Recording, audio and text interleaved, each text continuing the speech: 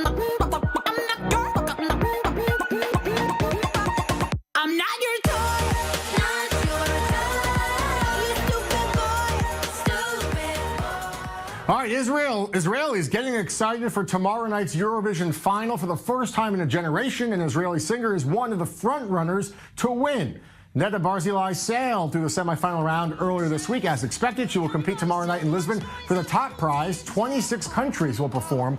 Netta, by far, has the most popular song in the competition. It's called Toy, has more than 20 million views on YouTube. You heard there how catchy it is, but she has dropped from the runaway favorite to second, third, or even fourth place, according to some polls.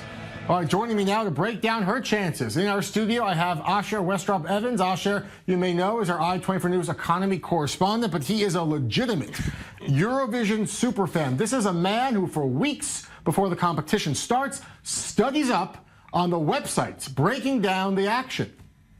He does that. Asher is here in the studio. Okay, so 26 countries will perform tomorrow. We have the final lineup. Israel's the fifth last to sing. Who is that good for Netta? Who's her competition in that area? Look, when you're coming to a Eurovision final competition, you've got 26 songs to lay out. You know, where you fall in the positioning is highly important.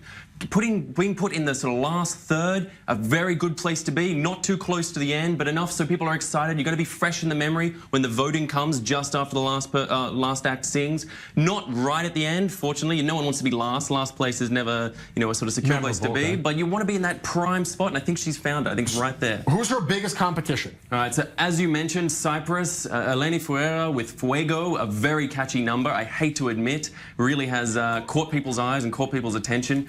And we should also point out Cyprus is actually performing after Netta. That's bad for her. It's not ideal. That being said, I think we've got a safe bet with Hungary being performed before them. Hungary this year has chosen to go with a bit of a heavy metal theme going on, a bit of a hard heavy metal feel, and I think dulcet tones of Netta Barzilay might just soothe the audience. And the dulcet tones of Netta Barzilay. All right, Asher, I want to ask about this song, Toy. More than 20 million views. It's a runaway international smash hit.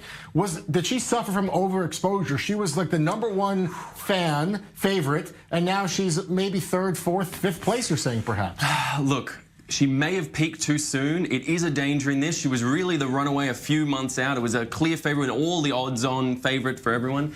Now, you know, this Fuego, this Cypriot entry has really crept up the balance. She's still placing second in most bookies' sort of rankings, ahead of France. They with Merci, they've got a nice little song coming along there, but you know, favorite doesn't always win in this competition, and sometimes being second place can actually be a dark horse entry. All right, Asher, I mean, you're a Eurovision super fan. I mean, this is like your passion, but you're also an economist. Let me ask about the economic impact of this. I mean, you're a guy who studies these like betting websites. You're into that.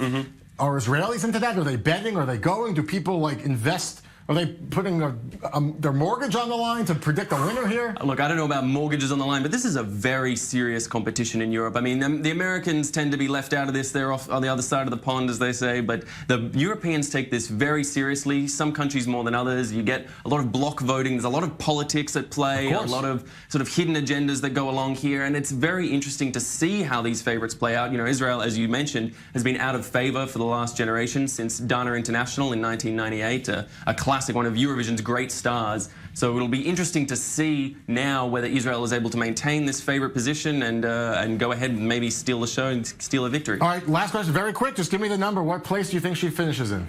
Look, I'm going to say top 5, but gosh, I hope it's a win.